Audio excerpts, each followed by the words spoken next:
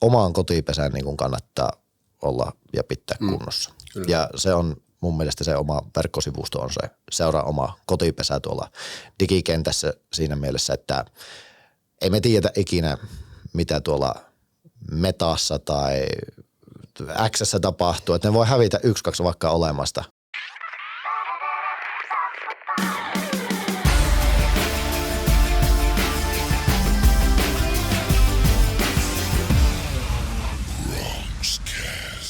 No se on morjenstes. Bronxcast jakso numero 148 on juuri näkemässä päivänvalon äänessä tuttuun tapaan Arttu Käyhkö. Ja tuotantoyhtiöhän on viestintätoimisto Ruki Communications Oy, joka nyttemmin on erikoistunut vahvasti työnantaja mielikuvan rakentamiseen, työnantaja brändäykseen ja rekrymarkkinointiin. Siinä näemme toimistomme tulevaisuuden olevan, vaikka toki paljon muutakin vielä teemme ja varmaan jatkossakin. Mutta jos tämä suunnanmuutos kiinnostaa, niin käykää katsomaan verkkosivut www.rukicom.fi, niin näette, mistä on kysymys. Ja siellä on aika paljon nyt aineistoa jo saatu luotua tähän aiheeseen liittyen. Se on juttu, johon on törmätty nyt niin kuin koko ajan ja siitä tuli tämä ajatus, että lähdetään profiloitumaan nyt ton osa-alueen eri asiantuntijatoimistoksi ja se on alkanut hyvin, vaikka itse sanoinkin ja olemme tästä pivotista niin kuin tietyllä tavalla innoissamme ja hauska nähdä, mitä tuleman pitää. Hei, sitten toinen pikkupuffi, Match-seminaari, joka täällä Joensuun seudulla jonkun verran tunnettuutta on jo saanut, onko nyt 5. kerta, kun se järjestetään, niin se tulee nyt 15. päivä 11. keskiviikkona, eli lyökäähän se iltakalenteriin kiinni. Ei ole vielä markkinointia aloitettu, ei ole vielä ilmoittautuminen auki, se ihan näinä päivinä tapahtuu, mutta osaatte early birdit jo lukita ajankohdan kiinni. Tulee ihan erinomaiset vieraat taas, niin sen voin kertoa jo tässä kohtaa. Hei, tänään vieraana Joona-Pekka Hirvonen, työnantaja Superjoma Oy. Tervetuloa. No lämpimästi kiitoksia. Onpas jännä olla tällä puolella. Niin, te tuotatte tosiaan omakin podcastia, mennään siihen kohta enemmän. Miten hurissee? No mukavasti hurissee. Kiitos kysymästä. Siinä mielessä tietysti voi sanoa myös jotain negatiivista, että pedit loppu tuossa reipas viikko sitten ja katkera tappio 7. puolivälierä ottelussa Kempellen Kirille ja Superjoma Oyn tai Joensuun Mailan miesten kausi loppu sitten kuin seinään siinä. Mutta se on urheilu, se on näytti myös sen puolen tällä kertaa sitten. Joo, se ei ole niin yksinkertaista aina. Ei se. Muutkin tekee hommia tosissaan. Sehän näitä sotkee näitä juttuja. Joo, se luo oma haasteensa totta kai urheilu. Tämmöinen kilpailutilanne on ihan niin kuin periseesti. Kyllä. Paljon kivempi olisi vaan rallatella menee. No näinhän se olisi. Voitosta voittoa. Kyllä, voitosta voittoa ja ihan viimeisen pelinkin kun voittaa, niin se olisi aina kaikista mukavinta, mutta se ei ole aina mahdollista. Mutta siihen nähden niin hyvin pyyhkii kuitenkin, että ei mitään, että tuossa ollaan jo vähän ruvettu tulevaa vuotta sitten katselemaan aika nopeasti kauan päättymisen jälkeen. Pyysin Joona-Pekan vieraaksi, koska tietyllä tavalla tämä on ehkä ei tule ajateltua, että miten paljon ja systemaattisesti urheiluseurat tänä päivänä tuottaa sisältöä ja siihen on ja ylipäätään niin koko viestinnän ja markkinoinnin kokonaisuus, josta sisällön tuotanto on tietysti yksi ulottuvuus vain. Ja tämä on ihan sama asia kuin yrityksillä, että tämä täytyy vain suhtautua vakavasti, että se kiinnostus omaa tuotetta, brändiä kohtaan, niin se vaan rakennetaan niin kuin pitkäjänteisellä kiinnostavuudella ja erottautumisella ja enimmäkseen internetin ihmisessä maailmassa, mutta ihan kaikissa kohtauspisteissä. Että siitä jutellaan tosiaan Joona-Pekan kanssa, että mitä se käytännössä tarkoittaa esimerkiksi Joensuun Mailan kohdalla, joka on ollut aivan niin kuin eturivissä tässä jutussa. Eli sinäkin aloitit jomassa niin kuin vuodesta 2014, eli ihan melkein 10 vuotta kerennyt tehdä tätä juttua ja päätoimisesti 2017. Niin tänään mennään vähän sinne kulissien taakse, että mitä se sinun duuni on ja mitä kaikkea kanavia on käytössä, miten te mittaatte ja näin poispäin. Eikö ole mielenkiintoinen aihe? On mielenkiintoinen aihe. Luulen, että on helppo keskustella. Voidaan vielä vaihtaa aihetta, jos haluat, mutta tällä ajattelin, että mentäisiin. Mennään tällä. Saat suht mukavuusalueella Olin myös varautunut siihen, että joku mukava yllätys tulee. Joo, kyllä me tuossa vähän mietin, että puhut tuossa hallituksesta, mutta olkoon se nyt sitten toisen keskustelun aihe. Hei, mutta kerro vähän omaa taipaletta tähän pisteeseen. No joo, pitkä pätkä on tullut nähty jo Joensuulaista pesäpalloskenejä, mutta homma alkoi muutamankin sattuman kautta silloin 2014 syksyllä ja on siis itse koulutukselta media-assistentti, valmistunut 2011, valokuvauskuvan käsittely, graafinen suunnittelu, sen jälkeen vähän muun alan hommia, sitten KK-kuvassa koulukuvaajahommia, Rajalassa studiokuvaajahommia. Saatko ikinä otettu sellaista luokkakuvaa, jossa oli kaikilla silmätkin? Kyllä niitäkin välillä tuli, mutta sitten digiaika, niin niitä silmiä joskus on ehkä aukastu sieltä. Niin, vähän pyöritelty auki, mutta se oli onneksi jo tätä päivää. Ei tarvinnut enää filmille kuvata kuitenkaan. Mutta joo, sitten olin vähän aikaa tuolla teleoperaattori-alalla myyntihommia kokeilemassa. Tykkäsin sinällään, ei siinäkään mitään, mutta silti veri veti tekemään jotain muuta. Siinä vaiheessa päätin, että lähden vielä kokeilemaan kouluttautumista ja ammattikorkeakoulun tuohon liiketaloutta, sitten tradenomiopinnot 2014-2017, mutta sitten siinä silloin 2014 on silleen yhdistävä vuosi, että tuli Joensuun mailolta kemppasi Jonne, oli silloin täällä pelaajana ja kysyi, että nyt on menossa oma organisaatio kokonaan uusiksi ja olisiko sulla kiinnostusta sun ottamia valokuvia, joita olin käynyt Superpesikselle kuvaamassa muun muassa Joensuusta ja Kiteeltä. Että Joma tarvisi vähän tuoreempia valokuvia ja että voitko laittaa niitä Jomalle ja totta kai kovana joensuulaisena urheiluihmisenä, niin totta kai aina halunnut auttaa seuroja, että on Jokipoille tein pitkän pätkän valokuvatuotantoa ja sitä kautta kiekkopiirit tuli tutuksi ja Arttu en ehkä kerinyt kuvaamaan kaukalossa, mutta. Niin oli niin nopea. Niin Viittaat siihen siis. Ehkä viittasin siihen, että ura oli jo ehtopuolella Artulla, mutta joo, kiekko oli tehnyt ja sitten kesällä pesistä, koska pesissä on ollut aina äärimmäisen mielenkiintoinen laji ja käyttiin kerran silloin, olisiko ollut loka-marraskuuta 2014, kemppasin Jonnen kanssa syömässä, Jonne esitteli kuvion tämmöinen Jomasta tulevaisuudessa tulossa, lähetkö mukaan jeessaamaan ja oli helppo tarttua silloin, että meni totta kai hyvin, että olin opiskelijana siinä itse ja sitten kun kesät ei ollut kouluun, niin sitten oli helppo tehdä pesistä sinne muutama kesä. Sitten mentiin silleen, että 2017 töitä oli jo niin paljon, että koulu jäi ja pesis vei mukana. Tämähän on, sä oot päässyt seuraamaan tietysti kirjaimellisesti aitiopaikalta tai Joman niin kuin kasvua kärkijoukkueeksi ja Suomen mestariksi sitten huipentumana. Ja nyt ollaan tietysti joka vuosi sitten siinä kahinoissa, että ainoastaan mestaruus on niin kuin tavoitteena ja välillä se sujuu paremmin ja välillä huonommin niin kuin urheilussa aina. Niin, jos tämä on miettinyt jo joskus aikaisemminkin, itselläkin oli kunnia silloin olla pari vuotta Superioman hallituksessa ja näin sitä kulissien takaa. Siellä oli tosi hyvä porukka. Monosen Arja Purumanen Harri tietysti tämmöisenä kärkiosaajina silloin ja meitä eri rooleissa sitten muuta niin se, että se ymmärrettiin silloin ensimmäisessä aallossa, että tämä on niin kuin tietyllä tavalla, että tämä vaatii jatkuvaa ammattimaista niin kuin viestintää, tämä touhu ja ammattimaista markkinointia ja se, että silloin palkattiin siihen aikaan niin kuin koko päivä toiminen, koko vuotinen niin kuin, viestintäihminen, niin sehän oli ihan niin kuin poikkeuksellista. Ja mitä sanoit tuossa, kun taustotettiin, että vieläkin ihmetellä, että oletko siinä talvetkin siellä?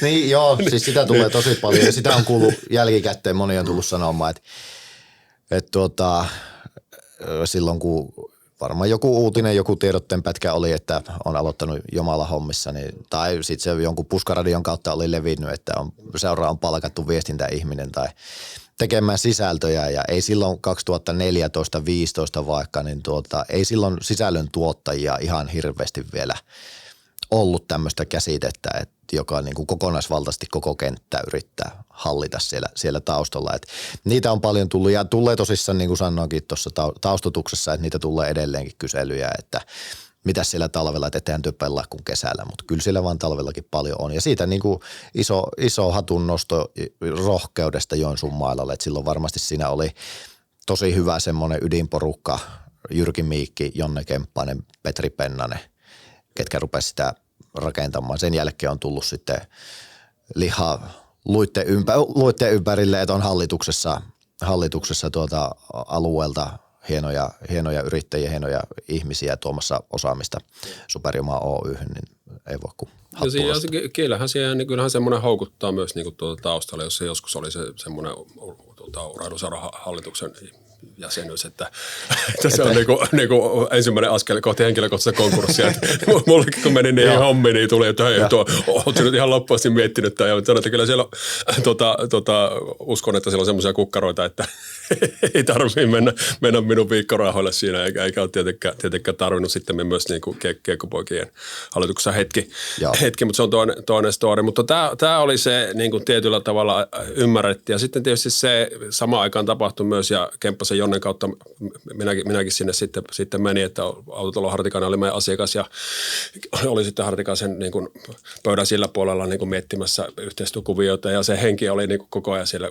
Jonne kävi niitä keskusteluita, että mitäs hauskaa me keksittäisiin. Eikä se olihan siellä ne mediakortit ja otatteko näkyvyyttä tapahtumaa ja muuta, mutta se pointti oli, että mitäs hauskaa me keksittäisiin. Ja tehtiin niitä ihan aika hulvattomiakin videoita silloin. Eikä sillä ollut se euro mielessä, että miten sitä kustannus, että ei välitetä nyt siitä, että meillä on tärkeää, että päästään vähän itsekin testaamaan, mitä on, että kun teidän puolella on tätä osaamista ja me saatiin siitä niin kuin tosi hauskoja juttuja ja silleen, mutta siinä oli se aito tämmöinen myös, niin kuin, että mitä me pystyttäisiin tuottamaan arvoa kumppaneille. Ja sinähän teet myös paljon niin kuin, näille yhteistyökumppaneille tai niihin sopimuksiin liittyviä sisältöjä. Juuri näin. Että jossain vaiheessa oli niin kuin ehkä isompikin visio ja ajatus, että Joensuumailla ja Superjuma Oy pystyy myös kumppanille toimimaan sitten niin kuin aina mainostoimistona siinä minun kautta. Että sitten tulee myös talvella sitä muuta tekemistä. Ei sen tarvitse välttämättä pesäpalloon liittyä, jos yritys X sattuu tarvimaan henkilöstökuvat, niin me voin käydä ne kuvaamassa silloin, ja sitten siinä Superjuma Oy on siinä se laskuttava osapuoli.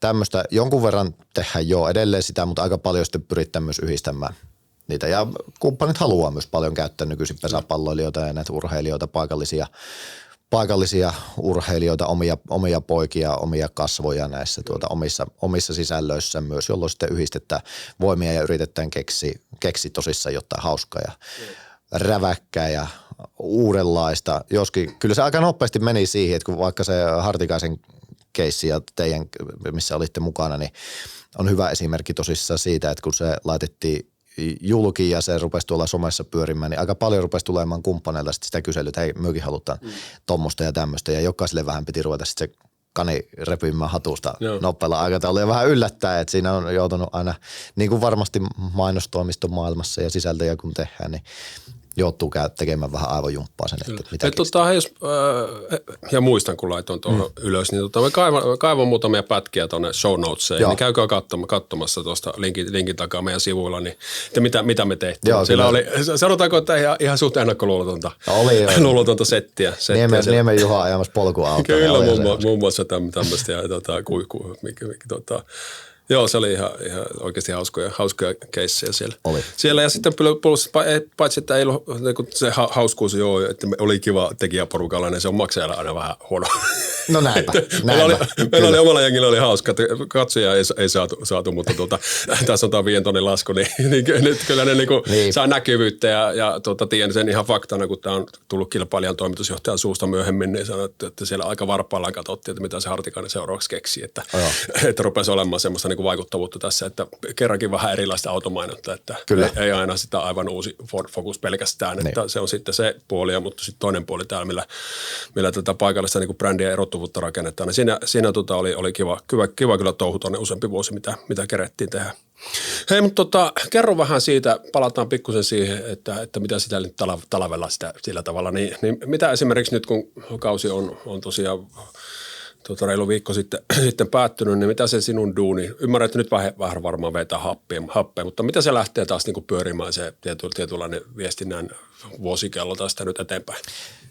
Joo, kyllähän tässä nyt lomilla aloitetaan, että tuossa kesän kun höyryvää hirveätä vauhtia, niin moni kyselee, että oletko pitänyt lomia, niin aina vastaus, että lokakuu on meillä lomakuukausi ja hyvät kelit on sitten lokakuussa, kyllä näinhän se on ja paljon on tekemistä Joensuun kaupungissa lokakuussa, mutta siitä se niinku rauhoitellaan tämä edellinen vuosi ja syyskuun vietetään silleen, että raivalla ja näin päin pois. Mutta kun kysyt, että mitä lähdetään sitten rakentamaan, niin vuosikello alkaa varmasti sillä, että heti marraskuun puoliväliin niin avataan uuden kaavan kausikorttimyynti. Ruvetaan joulumarkkinaa iskettää siinä tietyllä tapaa myös kiinni, että saadaan kausikortit heti myyntiin. Meillä on noin 1000, pikkusen yli, olisiko ollut joku 1013 kausikortti liikenteessä ympäri kaupunkia tai ympäri Pohjois-Karjalaa tässä tänä vuonna. Että se on aika isokin revohka sitten, että saadaan kaikille varmasti kortit uusittua ja kortit myyttyä. Myynti alkaa myös kumppanimyynti. Aro Pasi aloittelee meillä myyntipäällikkönä ja toimiva herrasmies, niin aloittelee myynnin siinä sitten myöskin. Terveiset Pasille. Myös entinen ruukielainen. Kyllä.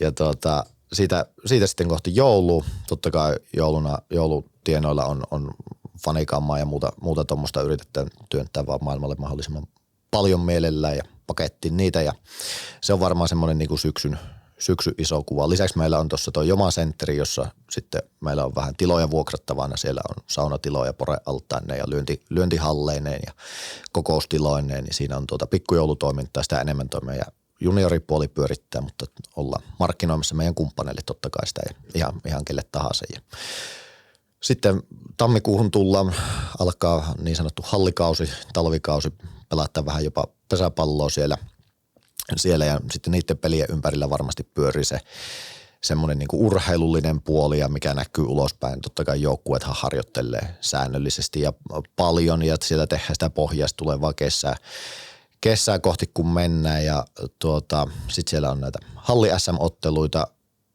ja sitten samalla tietenkin ne on markkinointia ja viestintää tukevia toimia siellä, mutta sitten tehdään jo paljon sitä tulevaa kesää, mietitään niitä sisältöjä, rakennetta, miten meidän ottelutapahtuma tulee esimerkiksi kehittymään aina seuraavalle vuodelle. Et se on meillä semmoinen, niin kuin, totta kai meidän päätuote, tai ainakin minä näen sen niin kuin vahvasti päätuotteena, että sinne saadaan liki 2000 katsojan keskiarvolla ihmiset paikalle 15-16 kertaa kesässä, niin se on niin tärkeä tuote, että sitä jumpattaa talven aikana myös paljon ja tehdään sinne myös sisältöjä paljon ja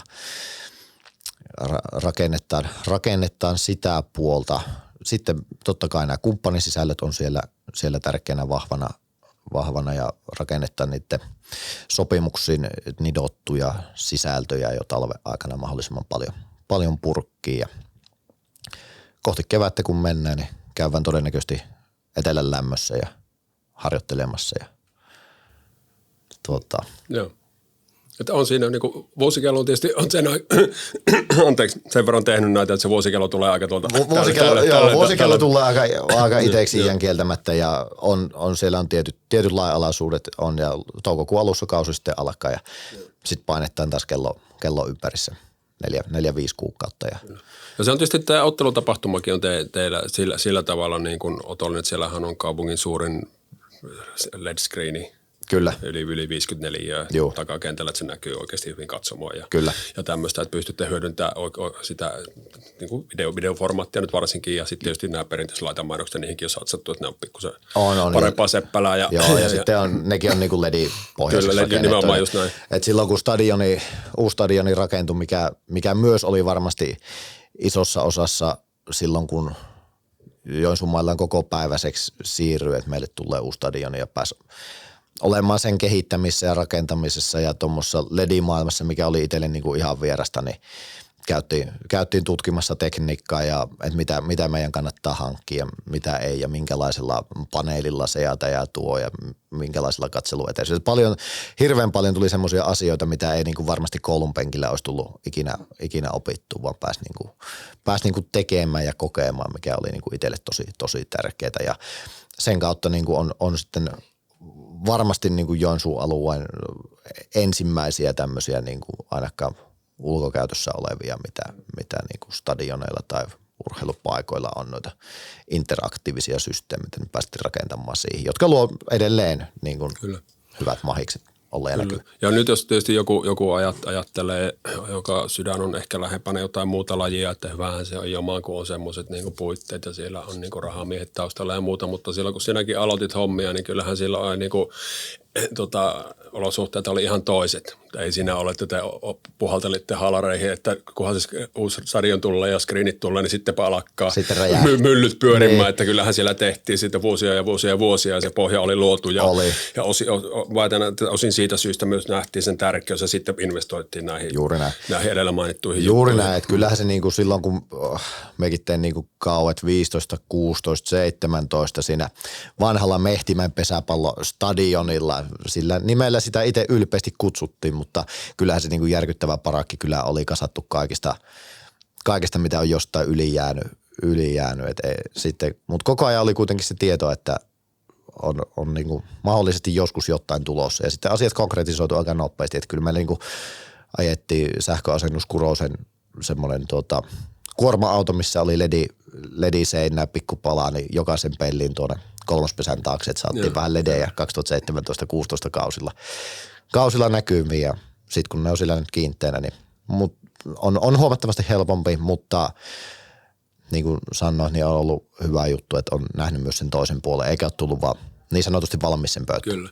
Ja tässä yhteydessä on syytä mainita, niin että Joona-Pekka tosiaan nyt miesten edustusjoukko on se sinun tonttis, mutta kyllä. Myös niin kuin, naisten superpesiksessä tehdään paljon. Siellä on kyllä. Oma sisältö vastaava, junnuilla on oma sisältö vastaava. Toki se ei ole niin kuin täyspäivästä, mutta yhtä kaikki niin vakavasti se otetaan sielläkin ja siihen satsataan myös siellä ja yhtä lailla tärkeä osa. Ja naisten tarinahan on hienossa vaiheessa nyt, että siellä mennään koko ajan eteenpäin ja mikä näkyy kaikessa, eikä kyllä. Mukaan lukien sarjataulukko. Että. Juuri näin. Ja kyllä sitä niin kuin, paljon tulee siitäkin kyselyitä, että kun naisten peleissä ei käy porukkaa ja mitä pitäisi asialle tehdä. Ja kyllä me niin kuin silleen näen, että me seurassa tehdään niin kuin tosi paljon siihen naisten puolelle ja on niin kuin ajateltu ja mietitty, että millä saataisiin meillä kausikortit vaihdettiin silleen, että totta kai niilläkin pääsee sitten, että ne on niin kuin molemmille miehille ja naisille ja siltikään se nyt ei näy katsomossa vieläkään hirveästi. Ollaan tehostettu markkinointiin, meillä on nykyiset tienvarsimainokset, ostetaan lehtimainokset, käytetään somessa sitten tosissaan oma sisällöntuottaja, joka tekee sisällöt myös sitten sinne naisten puolelle, että ei oma aika ei kaikkea riitäkään, mutta kyllä mä näen sen ehkä vielä silleen, että se on niin tuore ja nuori juttu Joensuussa se naispesis, että se ottaa aikansa. Kyllä mä muistan ne vuodet, kun Joma pelasi tuolla hiekkakentällä ykkösessä ja nousi superiin, niin ei sitä ollut sitten. Ehkä sillä ekalla superin kaudella oli varmaan pieni yleisöpiikki silloin, kun Kite oli vastassa ja Kite pelasi menestysvuosia, mutta oli siellä aika rauhallista silloin vanhalla Mehtimäellä. Et kyllä se vuosia ottaa ennen kuin se nousee. Ja niin kuin sanoin, niin naisten tarina on hienossa vaiheessa tällä hetkellä ja koko ajan niin kuin eteenpäin menneet. Että siihenkin pitää silleen suhtautua, että asiat ei tapahdu vaan sormia napsauttamalla. Se on juuri näin. Hei, #monikanavaisuus, niin mihin kaikkein kanaviin sinä tuotat sisältöä? No kyllä se some on tietenkin se isoin. Mitkä kanavat siellä on teillä niin eniten fokuksessa? Kyllä meillä siellä on, vaikka varmasti joku markkinointi ja seuraava sanoo, että Facebook on kohta kuolemassa ja sitä ei. Kyllä meillä Facebook on meille varmasti isoin kanava ja tärkein kanava. Se on myös meidän seuratuin kanava, jonka takia sinne tulee myös se fokus aika paljon keskitetty ja siellä on hyvät mainontatyökalut myöskin ja sitten Instagram on meidän toinen, että sieltä saadaan vähän vanhempaa ja vähän nuorempaa kanssa. Sen lisäksi käytetään nykyistä Xää, eli entistä Twitteriä, se on siellä olemassa, YouTube ja sitten tietenkin TikTokki on nyt uusimpana, että välillä me ei ihan kaikkea luomaan ja tekemään sillä ajatusmallilla, mitä ehkä itse haluaisi, mutta kyllä tossa se on ja sitten yksi isoin, mikä ollaan haluttu nyt rakentaa tosi toimivaksi meillä, niin meidän oma verkkosivusto. Et me on tuossa joitakin koulutuksia käynyt esimerkiksi Islon kautta pitämässä muille urheiluseuroille ja muille. Me on sitä halunnut sanoa, että omaan kotipesään niin kuin kannattaa olla ja pitää kunnossa. Ja se on mun mielestä se oma verkkosivusto on se seuraa oma kotipesä tuolla digikentässä siinä mielessä, että ei me tiedä ikinä mitä tuolla Metassa tai X:ssä tapahtuu, että ne voi hävitä 1-2 vaikka olemasta kokonaan. Ja toinen mikä oli, just näin, ja toinen mikä oli tietysti uutiskirjeet. Joo, uutiskirjeet on, se on tosi säännöllistä. Kyllä. Tähän olin tulossa vielä sitten tähän verkkosivu-uudistukseen, että ollaan siinä mielessä varmasti palvelu on semmoinen, että se on vähän hintava, joo, mutta se on tosi toimiva. Siellä on meillä kaikki asiakkuuden hallinnat, CRM, sähköpostimarkkinointi, uutiskirjeet, viestintä meidän eri kohderyhmille pystytään niin kuin tosi tarkasti seuraamaan, kuka on klikannut linkit auki ja kuka on käynyt katsomassa sitä tätä tuota. Se mahdollistaa tosi paljon tänä päivänä, että ei 9 vuotta sitten, kun ruvettiin näitä tekemään, niin uutiskirjeet oli aika kaukana silloin, että melkein postissa laitettiin asioita eteenpäin. Joo, tämä on juuri se asia, että tosiaan, jos on vaikka niin kuin Google-näkyvyys kuuluu tähän samaan, ehkä mainonta vähän eri, mutta tämä niin kuin orgaaninen näkyvyys, että rakennetaan sitä hakukoneen optimoinnilla sitä juttua, niin se pystyy, yksi algoritmin muutos on yhdessä yössä niin kuin, häviät sieltä ja lähdetään nollista ja samoin niin kuin metaan muutokset silloin, mitä se Rukikin aloitti, niin se niin kuin riitti ihan, että tuotettiin sisältöä, että se oli niin kuin, saatti se näkyvyys. Joo, organisesti sai paljon näkyvyyttä, eli ilmaiseksi, mutta nyt se on niin kuin mietittävä ihan eri tavalla se niin kuin rooli, ja sitten tulee uutta sisältöformaattia, niin kuin meillä esimerkiksi tämä podcast on toiminut sikaa hyvin, ja te tuotatte myös podcastia, ja näin poispäin. Että kyllä tässä niin kuin silleen hereillä tarvii olla, että tosi niin kuin vaikka tässä Ruukitipistä, josta käytännössä ollaan luovuttu, se toimii vaan tämmöisenä ihan pikku teaseri-tyyppisenä, ei edes laiteta omille verkkosivuille, niin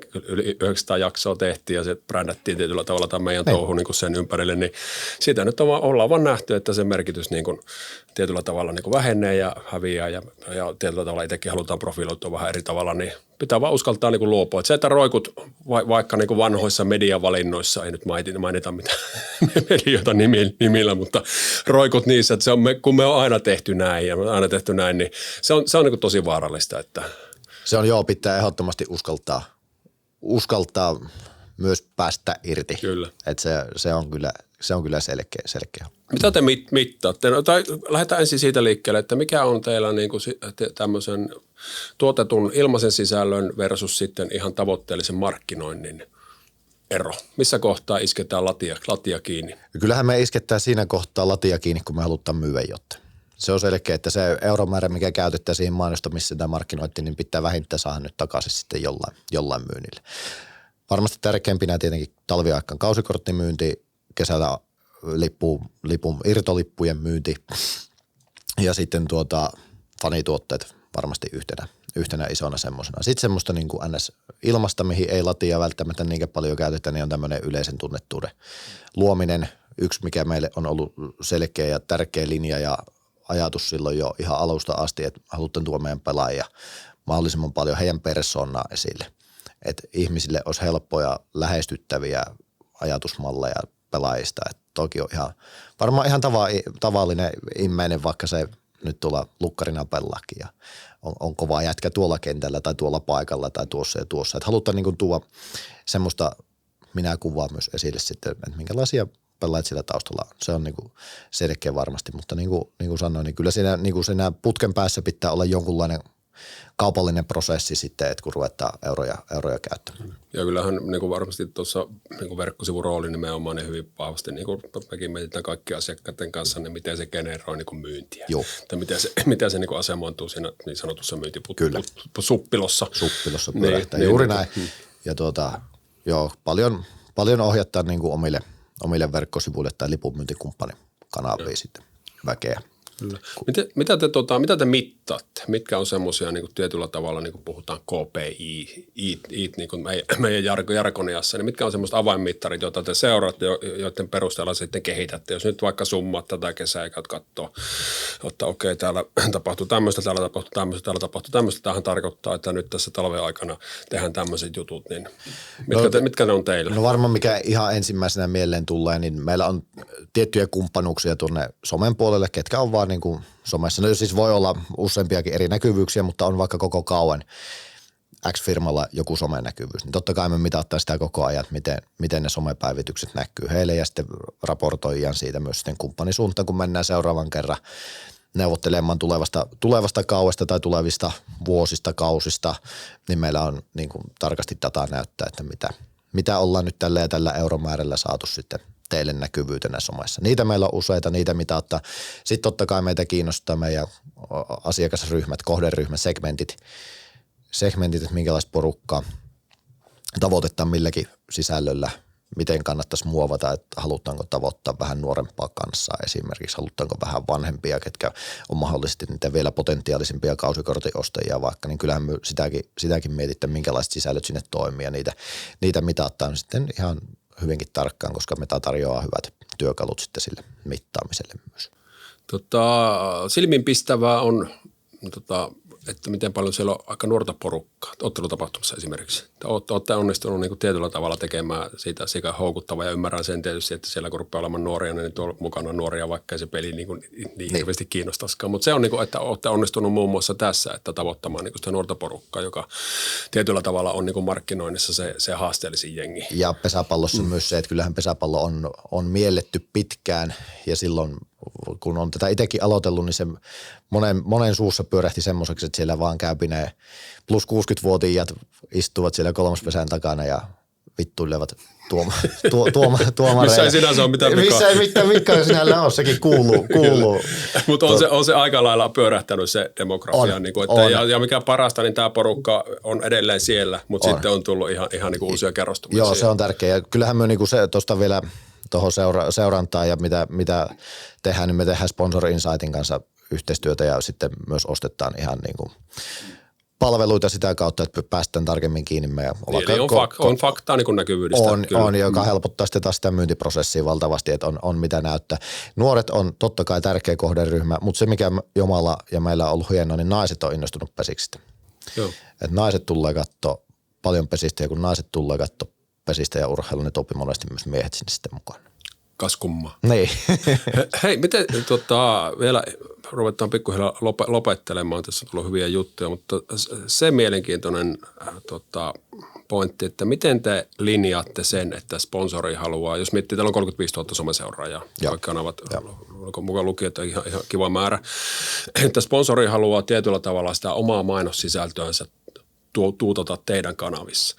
Niin mikä on siinä se linjaus, koska sen kanssa on niin kuin pöydän toisella puolella aika paljon niin kuin mietitty, että tämä ei ole meille sponsori, niin kuin, vaikka nyt Hartikasen tapauksessa, mikä oli yksi syy, että ruvetaan sitten miettimään tämän sisällön kautta, jos me tehdään mielenkiintoisia sisältöjä, niin sitten se on niin kuin ihan ok Jomallekin jakaa sitä ja siellä on pelaajia ja muita, mutta jos siihen olisi laitettu, että joka toinen postausta ja feedissä on joku, että hei nyt autokauppaa ja hei nyt ruukeilta hassuja somevideota puolella hintaa ja nyt niin kuin putkifirmalta tätä, niin silloinhan se ei niin kuin toimi. Se yhteisö niin katsoo, että tämähän on nyt on niin muiden firmojen mainoskanava ja se koko paketti niin on vaarassa hajota. Niin miten te suhtaudutte tähän?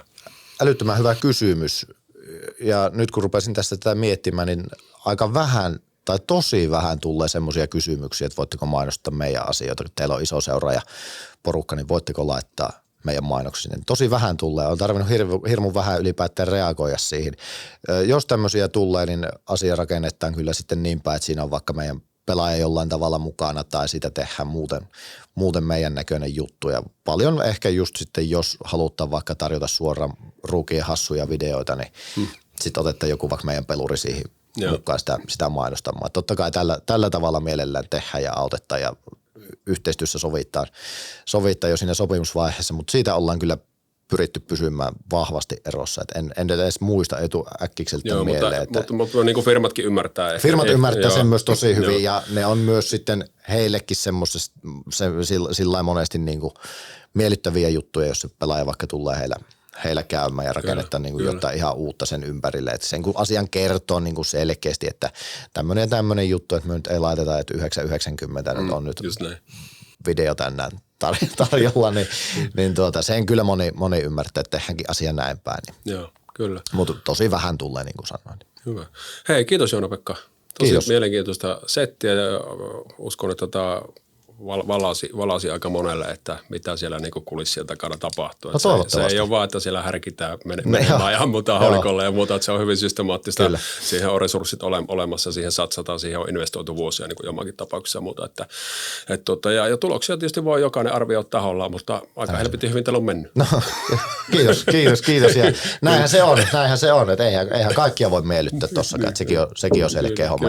Ja totta kai urheilullisen menestyksessä on moni asia sidonnainen, että kyllä niinku tuossa kun on vuosia seurannut, välillä on mennyt paremmin, välillä vähän huonommin, niin kyllä siellä ja se odotusarvo, niin kuin me vähän puhuttiinkin tuossa, että odotusarvo on, että Joma aika usein siellä mitallipeleissä pelaa mestaruudesta vähintään, niin välillä tulee somessa tosi rankkaakin palautetta joukkueille, pelaajille. Mutta se on tietyllä tavalla se myös, että mihin tämä, että on näitä viestinnän kanavia on nyt niinku jopa riesaksi asti, mutta että se pystyy rakentamaan tietysti tietyllä tavalla se yhteisöllisyys, pystyy pitämään sen mielenkiinnon.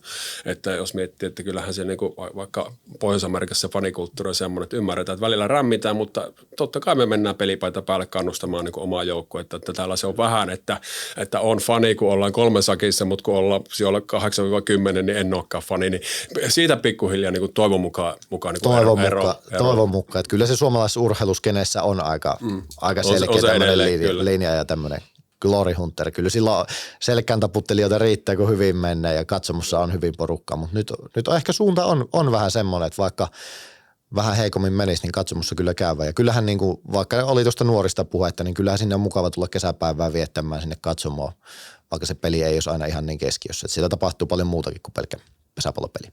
Kyllä. Hei, loppuun. Kerro jotain itsestäsi, mitä harva tietää. Tämä oli hyvä kysymys. Hyvä, kun annoit pienen varoituksen tästä. Että teidän kästejä, kun on jonkun verran kuunnellut, niin kaikille ei ole ehkä tieto mennyt, niin tässä on mennyt sitten vähän sormi suuhun, joo. Mutta ehkä yksi semmoinen juttu, mikä mieleen tuli ja mitä kysytään paljon ja asian kyllä vastaankin sitten, mutta en ole siis itsellä ei ole niinku pesäpallotaustaa tähän hommaan, en ole pelannut pesäpalloa itse. Laji on kiinnostanut aina ja kiinnostaa edelleenkin tosi paljon, että ei siinä mitään, mutta omat urheiluhommat on ollut jossain muualla kuin pesäpallon parissa. Ja sitten nyt tuli lennosta mieleen toinen vielä. Ja ei ole millään muotoa maksettu juttu, mutta olin siis tosi kova jokipoikien ja jääkiekoseuraaja ihan pikkupojasta asti ja ensimmäisiä pelejä, kun ollaan joskus ykkösdivarin aikaa käyty katsomassa, mutta sitten ehkä se Suomi-sarjakausi ja silloin olen myös itse aloittanut omat urheiluhommat ja minkä takia on ruvennut pelaamaan pakkina, niin on ollut, että fanitin semmoista pelaajaa kuin Käykö Arttu silloin, joka pelasi jokipoissa. Että Arttu oli silloin niin kuin semmoinen urheilullinen esikuva jossain vaiheessa. No niin, mahtavaa. Kiitos. Tuo lämmittää mieltä. Matti, ymmärrät, että mikä klippi tästä nyt poimittiin sitten tästä keskustelusta tuonne teaseriksi. Hei, kiitos Joona-Pekka Tuhanesti vierailusta. Kiitos kaikille kuuntelijoille katselijoille ensi viikolla taas uuden vieraan voimin. Se on moro. Moro.